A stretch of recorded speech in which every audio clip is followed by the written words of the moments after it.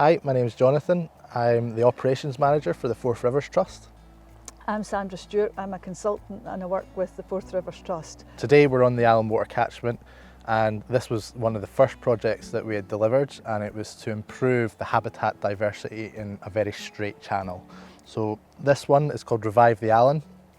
It was a Biodiversity Challenge Fund project funded through Nature Scot, and it was all to do with trying to put these woody structures that you can see behind me in to diversify the flows, get some habitat going, create scour, pools, deposition for spawning, and just generally make it a sort of more rougher, messier channel.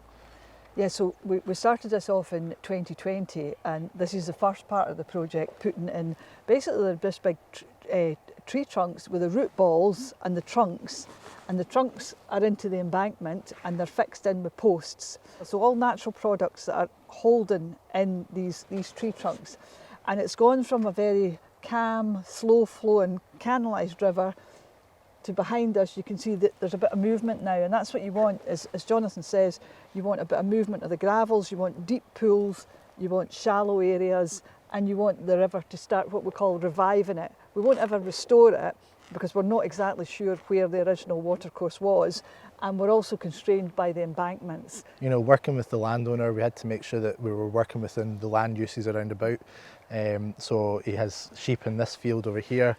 The fields over this side are used for arable, and you know, you wouldn't be able to re-meander the whole river because of these land uses. So it was important to work within, you know, what was available and still provide the best for nature and the river.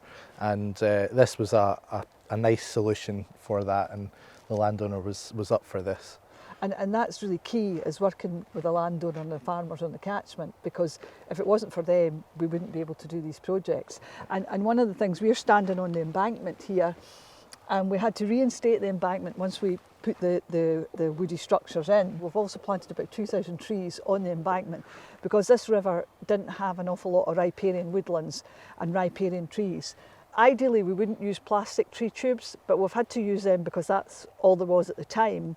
But from then on, we've been starting to use other types of tree supports. We've been using cardboard tree tubes, and we're looking forward to trialling out maybe some sheep's wool tree tubes as well. I mean, ideally, if we could get away with not using tree tubes, then that would be the best solution. But you know, it's what we have to play with at the moment.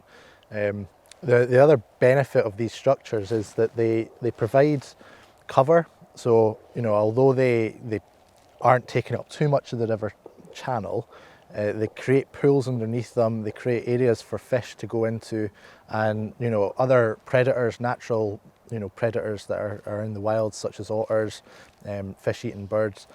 It just provides the fish a safe haven basically to go into and protect themselves. So it just kind of brings a bit more natural balance to the whole river. And as we're waiting for the trees behind us to grow up and sort of take over from these natural processes that we've put in, ultimately, you know, when the trees are fully grown, they'll fall into the river eventually and then start this process all over again.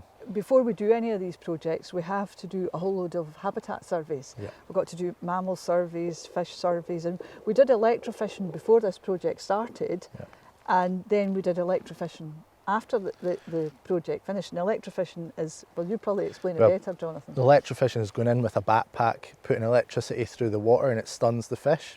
And it basically tells us how many fish are in the river, their size, and we can get a good sort of idea of what the population is. And the before and afters was quite key, because we electrofished the areas where we've put these woody structures in, and then we electrofished afterwards.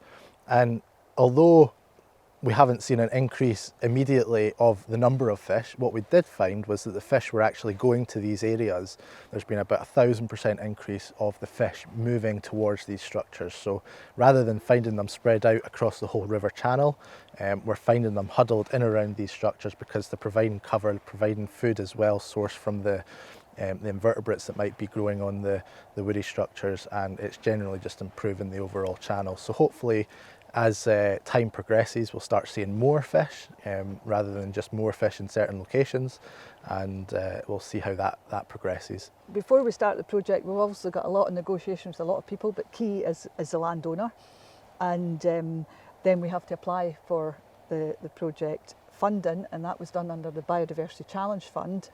And we also have a lot of habitat and species surveys to do, and a few other licences and that we have to get. Yep. So a car licence from SEPA, an agreement with Network Rail because we're close to the railway. Yep. But we feel this has been a really successful project because we had a very slow flowing river, quite canalised, and now we've got a much more diverse sort of restored or revived river, haven't we? 100%. We are doing research. We've done a little bit of research, as I say, all the surveys before, and we'll continue to do that. We've got some other projects that are looking at research as how this has worked, and not just how the natural flood management options have worked, but the bird species and the amphibians and all the rest, where they are, where they were before, and whether we've got more or there's a change in the future. I think the wetlands, as well as the woody structures, we also have delivered a lot of big wetland sort of floodplain reconnection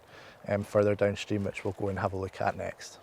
So when we first started looking at this project, in the Allan water catchment, there is a number of big embankments. When they were putting in the railway line, they were canalising the river. They were using spoil to create these embankments to make the land around here more productive for farming. And our initial conversation with the landowner was, well, can we remove all of the embankments? And there was a bit of a hesitancy about that. This was the first project that we actually worked with this landowner on, and when we started really looking into it, it was more, maybe we should be looking at taking chunks out rather than taking the full embankment away. When the Victorians put the railway in and they canalised the river, all the material from the canalisation would have gone on and become the embankments, and over the years they probably dredged and increased the embankment size, because the embankments are pretty large and wide. Yeah.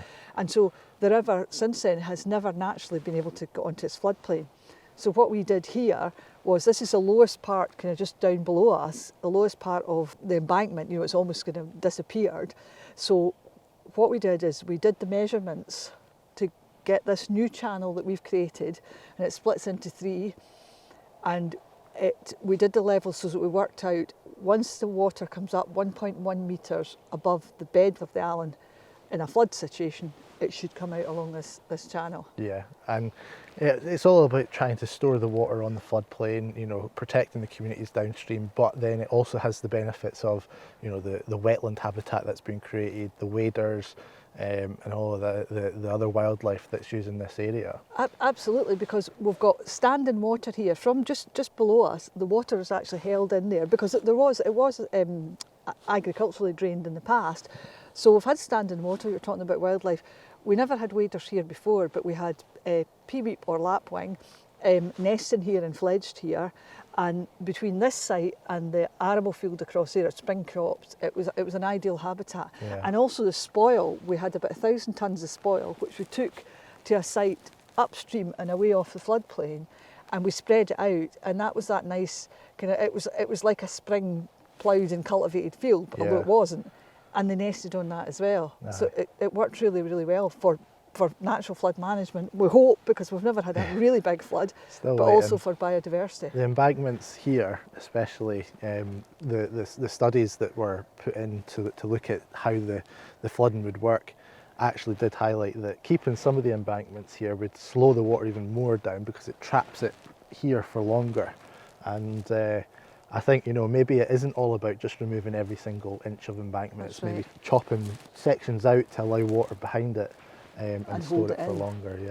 Yeah. And I suppose that's all about, as well as doing that, and you're working through the project, once we've got the funding and we're on site, we call it field fitting, because remember when we first got the sort of blueprint from the consultants, and this is nothing like what it was, because they were wanting great big pools, but they wanted to do it in the highest ground, and we said, how much spoil are you going to have, and how, and there's no way we could have dealt with all that spoil. Creating these channels was big enough, so we field fit as we go along, and that's a case of, once you get on the ground, you work with your contractors, and the contractors are, these guys have been working diggers for years, and between us and them, we come up with the best plan for the ground once we get on site. So, and you've got to keep your well, you've obviously got to keep your landowner engaged and also your funder as well, because what they see at the start might not be quite what they see at the end. So we call it field fitting, but that's just trying to be the most practical to get action on the ground. And it's like that with every project, you know, you come up with the idea and then you start that negotiation with the landowner, trying to work, you know, with the landowner to make sure that their land uses aren't going to be impacted, but you're still providing something for nature, the catchment overall. So, and the best route, because most of it's public funding that we're using, so we've got the best use of the public funding to get 100%. the, you know, our objective at the end of the day. Yeah.